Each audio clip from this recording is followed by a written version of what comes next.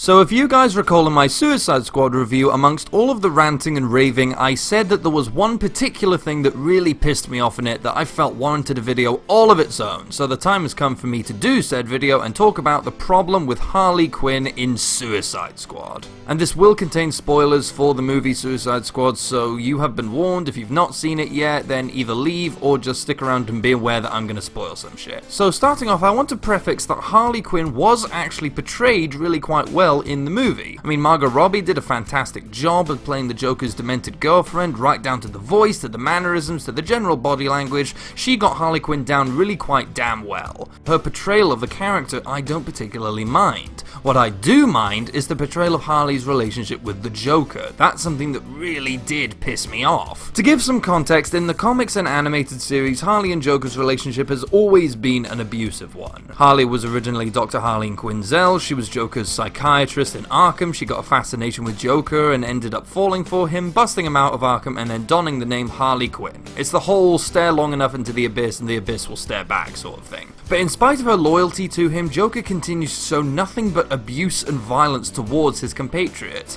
Half the time he says he doesn't even want her around and sees her as an unnecessary annoyance, but regardless of whatever Joker doles out to her or anyone else, Harley always ends up going back to him. Their relationship has always been this fascinating yet disturbing reflection of an abusive marriage. It gets even more complex in the New 52 comics when the two have more and more fallings out and Harley ends up inflicting some of the abuse back onto him herself. In spite of what a lot of people think, Harley Quinn is not meant to be a strong female character or a feminist icon. She is a mentally disturbed nutcase who is psychologically dependent on an abusive relationship with a dangerous madman just so she can get through the day. In the animated series and the comics, their relationship is poisonous and abusive, but it's addressed as being such. The problem with their depiction in Suicide Squad is that there is no recognition of that horrifying nature of their relationship. Instead, the movie makes them almost seem like something to be emulated. I mean, they come across as two star-crossed Bonnie and Clyde style lovers rather than two mentally disturbed people who are outright bad for each other and everyone around them. In the animated series, when Joker throws Harley out of a window and cripples her, leaving her to be taken back to Arkham by the authorities, she acknowledges how screwed up her relationship is with the Joker. But then, due to her damaged psyche, all it takes is a flower and a note and then she just falls back into the Joker's arms. Never again. No more obsession. No more craziness. No more Joker. I finally see that slime for what he is. A murderous, manipulative, irredeemable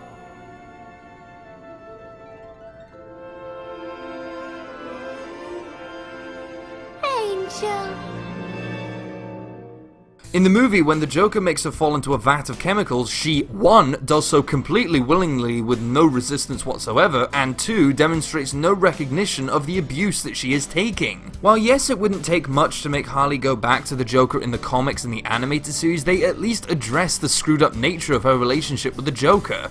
Here she doesn't even get that far. Instead, she's just lap dancing for the Joker like the sex object that she's treated as, and never so much as questions how far she's fallen from grace or how messed up her and the Joker's relationship is. She never questions it, she never resists it at any point. Even during the flashback sequence near the beginning when Joker is forcibly giving her electroshock treatment, she never resists it at any given point. She is apparently so easily swayed and so won over by the Joker that she's willing to smuggle in a machine gun for him. Wouldn't it have been more interesting to see just a couple of other flashbacks of who she was before she was Harley Quinn and then see her become the Joker's girlfriend? Some would argue, however, that Harley's character is meant to be a bit more masochistic than I'm giving her credit for. I mean, she's meant to enjoy the violence, she's meant to enjoy the chaos and revel in the destruction that the Joker causes. While that is a completely true statement, Harley has always still had her breaking point. There has always been cases when the Joker just goes too far and takes advantage of her to the point where she just starts to fight back. Not for the sake of good morals or anything, but because she's just had enough of his abuse.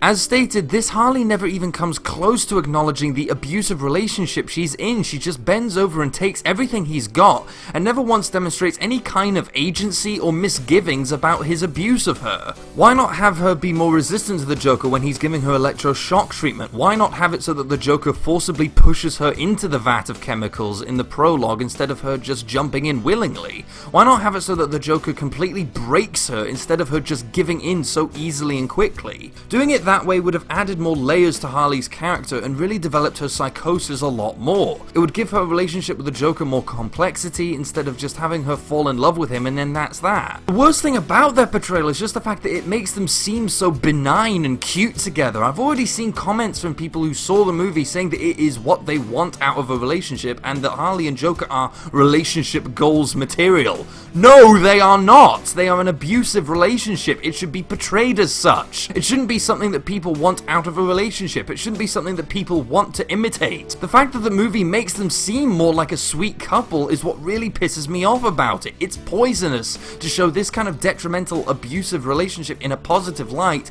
that people can and do want to try. I mean, we've gotten our fair share of movies that portray outright abusive relationships as being something that people should want, but to take something like Harley and the Joker, a relationship that was originally over a decade ago portrayed as being abusive and negative, and then make it seem more positive just seems like a total step backwards to me. So no, the problem isn't the fact that Harley isn't a particularly strong female character, it's not that people can't hold her up as a feminist icon or anything, it's the fact that the movie takes an abusive relationship and makes it seem positive. That's the big issue with it. So there's my rant done. If you agree or disagree, feel free to post your comments below, hit the like button, subscribe, thanks again for watching, and I will see you in the next video.